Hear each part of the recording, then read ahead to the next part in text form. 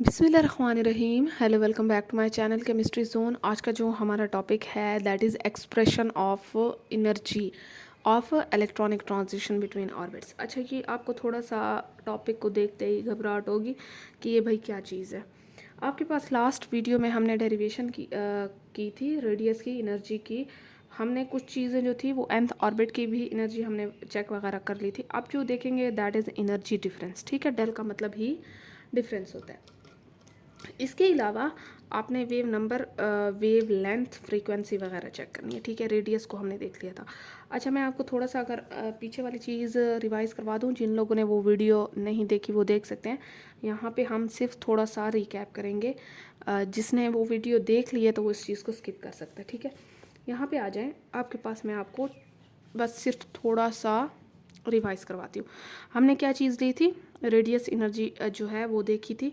इसमें हमने बड़ी सिंपल सी बात थी, हमने कहा कि हम एक एटम लेते थे, एटम लेते हैं जिसमें न्यूक्लियस होता है और इलेक्ट्रॉन होता है। अब हमने ये चीज़ देखनी है कि इलेक्ट्रॉन पे कितनी फोर्सेस एक्ट कर रहे हैं।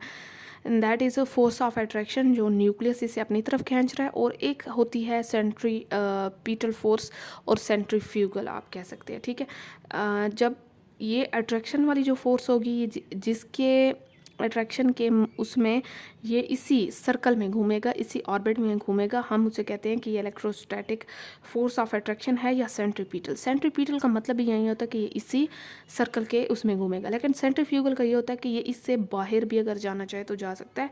ठीक है, तो हमने ये चीज़ें निकाली थी। अब मैंने जो प्रोटॉन था उस पर पॉजिटिव चार्ज, या न्यूक्लियस का मैं कह सकती हूँ कि उस पर पॉजिटिव, तो मैंने उसे ZE से कर दिया। इसके रेडियस को R से, मास को M से, वेलोसिटी को V से, और मैंने यहाँ पे सेंट्री जो फ्यूगल फोर्स थी उसे मैंने इससे, सेंट्रीपिटल को इससे। ठीक है, यहाँ पे आप इलेक्ट्रोस्टैटिक फोर्स भी कह सकते हैं, इसलिए मैंने FE लिखा है। यहाँ पे आ जाएं, अगर हम कूलम लॉ के मुताबिक देखते थे, कूलम लॉ हमें क्या कहता था कि एक चार्ज यहाँ पे, एक चार्ज यहाँ पे, इनका जो हमारे पास इनकी फोर्स ऑफ अट्रैक्शन है वो किसके स्क्वायर रूट है, वो रेडियस के, मीन्स के वो 1/r² के इक्वल है। ठीक है, तो मैंने यहाँ पे सिर्फ चार्जेस की जगह एक इस चीज़ को और एक इस चीज़ को हटा दिया है। मेरे पास क्या आ गया, ZE + E, ये इलेक्ट्रॉन को डिनोट कर है, तो ये दोनों E है, मेरे पास स्क्वायर आ सकता है। ठीक है, अब मैंने क्या किया कि मेरे पास जो चीज़ है कि प्रोपोर्शनैलिटी कांस्टेंट है, जो यहाँ पे डायरेक्टली प्रोपोर्शनल था, मैंने उसे K से रिमूव किया, that is called proportionality constant. उसकी वैल्यू होती है 1/πε0, और इसके मैंने बस वैल्यू डाल दी है। सेंट्रीफ्यूगल फोर्स इसके इक्वल होती है। ठीक है, और मेरे पास जो है यहाँ पे आ जाए, और सेंट्रीफ्यूगल और सेंट्रीपिटल फोर्स को हमने इक्वल लेना है। अब मैंने आपको वहाँ पे सेंट्रीपिटल फोर्स या FE, फोर्स ऑफ अट्रैक्शन भी कह सकते हैं, वो बताई है, वो इस चीज़ के इक्वल है, और सेंट्रीफ्यूगल फोर्स इसके इक्वल है। मैंने दोनों को इक्वल कर दिया। ठीक है, MV वहीं का वहीं रह गया। आपके पास जो है R क्या हुआ कि R आपके पास जो है वो कट हो गया। ठीक है, अच्छा, R कट कैसे हुआ, यहाँ पे आएगा, यहाँ पे, और नीचे वाले के साथ कट होगा, और मैंने इसे इक्वेशन 1 का नाम दे दिया। इक्वेशन 1 के साथ मैंने क्या किया कि अब मैंने वेलोसिटी फाइंड करनी है। वेलोसिटी जो है वो V² के इक्वल है। मैंने बोहर का पोस्टुलेट चूज़ किया, उसमें था कि हमारे पास जो एंगुलर मोमेंटम होता है वो इंटीग्रल मल्टीपल ऑफ h/2π के इक्वल होता है। ठीक है, अब मेरे पास एंगुलर मोमेंटम होता है इस चीज़ के इक्वल, और मैंने h/2π ये लिख दिया। n जो है वो मेरे पास 1 2 3 होल नंबर में आ सकता है। ठीक है जी, फिर आ जाएं, आपके पास जो है मैंने स्क्वायर रूट कर दिया है दोनों साइड पे, क्योंकि मुझे यहाँ स्क्वायर रूट लेना था, तो मेरे पास ये हो गई है इक्वेशन 2। अब कैलकुलेशन ऑफ रेडियस की तरफ आ जाए। कैलकुलेशन ऑफ रेडियस में बड़ी सिंपल बात है। मेरे पास एक इक्वेशन 1 है, एक इक्वेशन 2 है। मैंने यहाँ पे V² की वैल्यू निकाल दी है, तो मैं बस यहाँ पे सिर्फ V² की वैल्यू लगा दूँगी, मैंने और कुछ भी नहीं करना। ठीक है, मैंने यहाँ वैल्यू लगाने के बाद क्या चीज़ की कि मेरे पास जो है ये कैंसल आउट हो गया है। मेरे पास ये होता सारा, जितना भी मैंने देखा है कि मैंने यहाँ पे जितनी चीज़ें कैंसल आउट हो रही हैं, जितनी चीज़ें रीअरेंज हो रही हैं, वो सारी चीज़ें मैंने कर दी हैं। अब यहाँ पे देखें, आपके पास जो है चीज़ आपने क्या लेनी थी, रेडियस, तो और आपने किसी न किसी तरीके से निकालना है। ठीक है, यहाँ पे नीचे ये इस साइड पे आएगा, ये दोबारा इस साइड पे आ जाएंगे, तो आपके पास ये अरेंज है, रीअरेंज जिसे कहते हैं। रीअरेंज होने के बाद और ये आपके पास आ गई है वैल्यू। अच्छा, यहाँ पे आपने फिर ये भी देखना है कि आपके पास क्या चीज़ें कट आउट हो रही हैं, तो कैंसल आउट, ये देखिए ये कैंसिल हो रही है 4 4 और 1 पाई, तो मेरे पास सिर्फ 1 पाई रह गया। ठीक है, अब मेरे पास जो है यहाँ पे और कुछ भी नहीं हो रहा, तो मेरे पास क्या होगा कि ये इस साइड पे आ जाएगा और इस साइड पे आ जाएगा, तो मतलब कि मैं ऐसे इसे लिख सकती हूँ। ये आ गई इक्वेशन 3। अब कैलकुलेशन, अच्छा रेडियस निकाल लिया, अब आते हैं ज़रा ऑर्बिट की तरफ के मैंने एक ऑर्बिट जो है वो nth ऑर्बिट का निकालना है, तो मैं कैसे उसका रेडियस निकालूंगी। तो मेरे पास जो है इक्वेशन अगर मैं 3 देखती हूँ तो मैंने उसमें कांस्टेंट अलग कर लिया है। z प्रोटॉन नंबर पे डिपेंड करेगा, जो भी आप एटम यूज़ करें जिसका निकालना चाह रहे हैं उसके प्रोटॉन पे। अब मैं यहाँ पे हाइड्रोजन का निकालना चाह रही हूँ, तो मेरे पास यहाँ 1 ही आएगा, और n जो है वो जो भी ऑर्बिट का आप निकाल रहे हैं। ठीक है, दीज आर कांस्टेंट, इनकी वैल्यूज़ मैंने यहाँ पे लिखी हुई हैं। तो मैंने इन कांस्टेंट को a0 के इक्वल कर दिया है, that is called Bohr constant, और मेरे पास बोहर कांस्टेंट की ये वैल्यूज़ भी आपके पास लिखी हुई हैं। ठीक है, अब मेरे पास जो है ये आर एन किस चीज़ के लिए था, nth ऑर्बिट के लिए।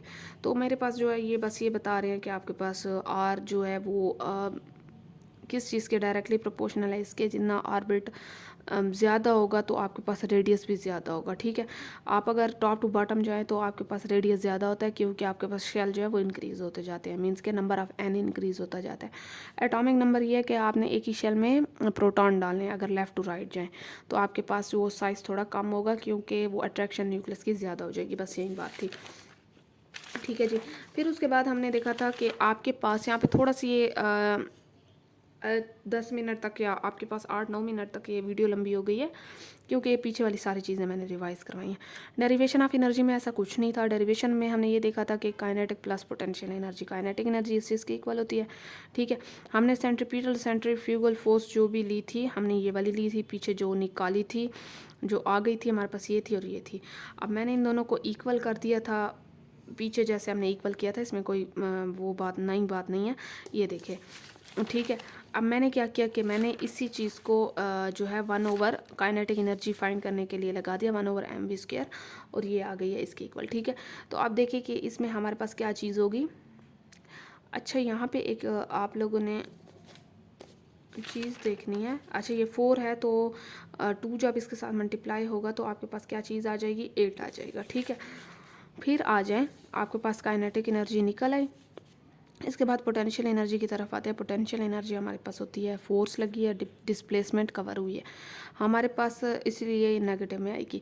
तो आपके पास जो है फोर्स लगे नेगेटिव, आपके पास ये चीज़ आ जाएगी। ये इंडिकेट करता है कि हमेशा पोटेंशियल एनर्जी जो होती है वो डिक्रीज़ होती है अगर आप लोग जो है इन्फिनिटी से बाहर से किसी भी इलेक्ट्रॉन को शेल में लेके आएंगे। ठीक है, एनर्जी आपकी खर्च होगी, ज़ाया होगी, लगेगी।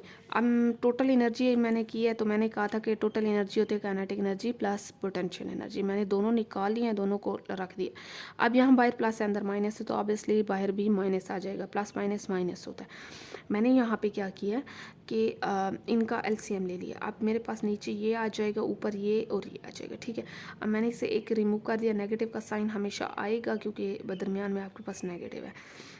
इसके अलावा आपके पास जो है मैंने 1/r वो अलग कर दिया, अलग इकट्ठा यहाँ पे लिखा हुआ है, बस मैंने उसे यहाँ पे अलग कर दिया, इसे मैंने दे दिया क्वेश्चन 4 का नाम। ठीक है, अभी क्वेश्चन 4 के बाद मैंने क्या किया कि अच्छा जी, अब जो है यहाँ पे मुझे, हाँ जी, ये देखें, फिर हमने देखा है कि आपके पास रेडियस क्या चीज़ आ रहा था, रेडियस आपके पास ये वाली चीज़ आ रही थी। ठीक है, मैंने क्या किया कि मैंने इसे इन्वर्ट कर दिया, इसे नीचे कर दिया, इसे ऊपर कर दिया। इन्वर्ट करने के बाद दैट इज़ इक्वेशन 5 हमारे पास आ गई है।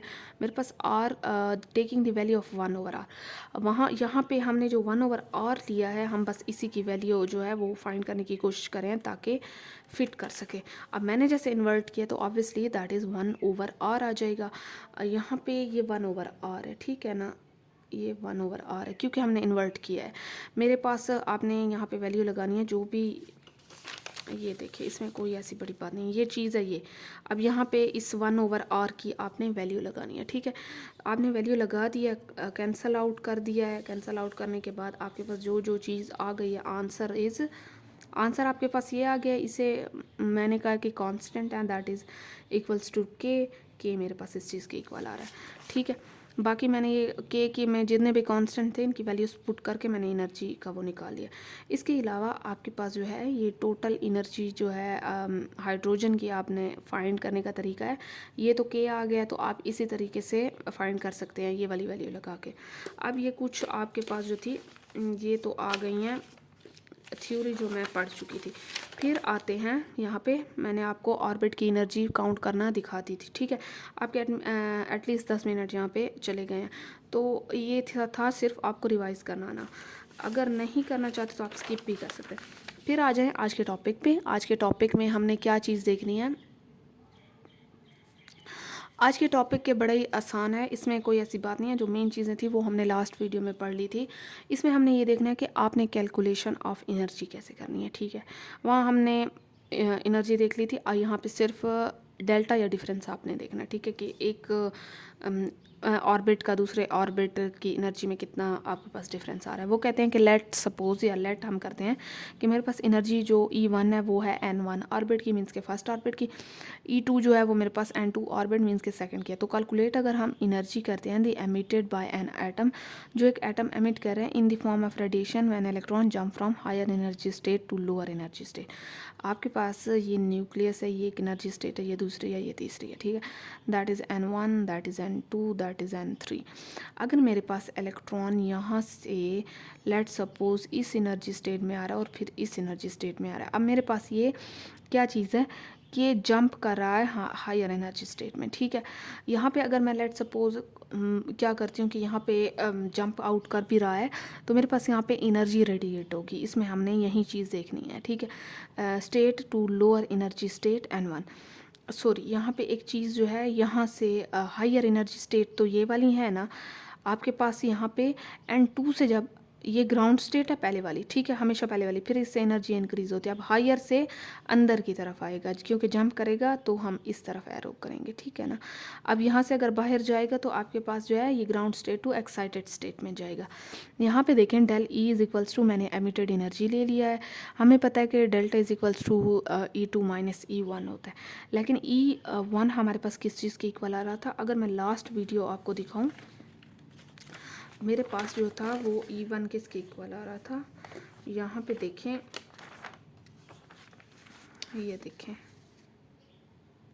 ठीक है, ये मेरे पास एनर्जी आ रही थी, ठीक है। यहाँ पे आप लोग इसमें देख लें, मैं आपको यहाँ पे भी दिखा दूँ। अच्छा यहाँ पे नहीं है, वहीं है, ठीक है ना। यहाँ पे पेजेस थोड़े से वो हो गए, ये देखें, ठीक है। ये वाली चीज़ें जो थी, इसका जो आंसर हमने यहाँ पे निकाला था दैट इज़ इक्वल्स टू ये चीज़ थी, ठीक है। हमने ये चीज़ आप यहाँ से भी देख सकते हैं, या आप जो है वो टोटल यहाँ से एनर्जी वो कर सकते हैं, या इनडायरेक्टली अगर आप लोग देखें तो वो आपके पास मेन इक्वेशन ये वाली थी, ठीक है। इस चीज़ को याद रखें, ये सारी एक इक्वेशन है, सिर्फ थोड़ी बहुत चेंजेस की गई हैं, ठीक है ना। फिर आ जाएं, अब मैंने कहा है कि मेरे पास एनर्जी 1 इस चीज़ के इक्वल है और मेरे पास एनर्जी 2 जो है इस चीज़ के इक्वल है। किस चीज़ में डिफरेंस आ रहा है, इसमें और इसमें, ठीक है। ये मेरे पास N1 ऑर्बिट के लिए है, N2 ऑर्बिट के लिए, बाकी सारी चीज़ें सेम है। हमने एनर्जी सेम ही निकाली है, ठीक है, सिर्फ ऑर्बिट को ही हमने देखना है। अब मैंने ये पुट कर दिया है, यहाँ पे भी नेगेटिव है, यहाँ पे भी नेगेटिव है। नेगेटिव नेगेटिव होता है पॉजिटिव, यहाँ पे अगर मैंने पॉजिटिव लगा दिया यहाँ तो फिर भी नेगेटिव है, तो दरमियान में नेगेटिव आ जाएगा, ठीक है। मैंने इस चीज़ को इस साइड पे किया तो नेगेटिव इसका आ गया, इस चीज़ को इस साइड पे किया तो प्लस ही यहाँ पे आ गया। प्लस को हम नहीं ज़ाहिर करते, नेगेटिव मेरे पास आ गया, ठीक है। अब मेरे पास क्या चीज़ होगी कि यहाँ पे सिर्फ साइन हमने रीअरेंज किए हैं। मेरे पास मैंने n और ये चीज़ें सेम थी तो मैंने इनको कॉमन ले लिया, मैंने इनको अलग कर दिया, ठीक है। ये दो एनर्जी जो स्टेट्स हैं उनका डिफरेंस के लिए हमने लिया, ठीक है। अब मेरे पास देखें कि मेरे पास जो कांस्टेंट थे उनकी वैल्यू ये आ गई है, एंड ये जो भी आप एनर्जी स्टेट निकालें हैं, अगर मैं 1 के लिए निकाल रही हूँ या 2 के लिए निकाल रही हूँ तो मैं ये डाल के और निकाल सकती हूँ। ये हमारे पास है joule per atom. This equation is used for determining the emission और absorption of energy when electron jump from one orbit to another, ठीक है। Expression for frequency of electronic transition between orbit, ये थी आपकी एनर्जी। इसमें कोई भी इतनी मुश्किल बात नहीं थी, बस आपने पीछे वाली वैल्यूज़ जो हैं वो उनको लगाना है। फिर मैं देखती हूँ आप फ्रीक्वेंसी के लिए, अगर मैं फिर फ्रीक्वेंसी के लिए देखती हूँ तो मेरे पास क्या होगा कि पीछे जो हमने ये किया है del is equals to E2 minus E1, हमने जितना भी किया है वो सारा प्रोसेस हमने ये सारी चीज़ें लगा दी हैं पीछे, ये वाली चीज़ें, ठीक है, ये यहाँ तक आ गई। मैंने ये एक पोस्टुलेट ये यूज़ किया है कि टू कैलकुलेट द फ्रीक्वेंसी, ठीक है, मेरे पास ये फ्रीक्वेंसी का ऐसे साइन होता है ऑफ एमिटेड रेडिएशन या फोटॉन्स भी मैं कह सकता हूँ। लेट अस मेक सी बोहर पोस्टुलेट, मैंने इसे किस चीज़ के इक्वल कर दिया है, एनर्जी एमिटेड, या आप कह सकते हैं कि रेडिएशन एमिटेड।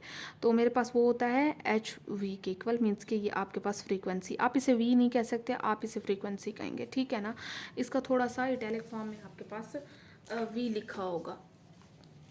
यहाँ पे देखें मैंने एनर्जी की जगह बस वो वैल्यू पुट कर दी है। अब मेरे पास जो है क्या चीज़ होगी, एज एक्सपेक्टेड मेरे पास जो है ये एच और एच कैंसल आउट होंगे, ठीक है।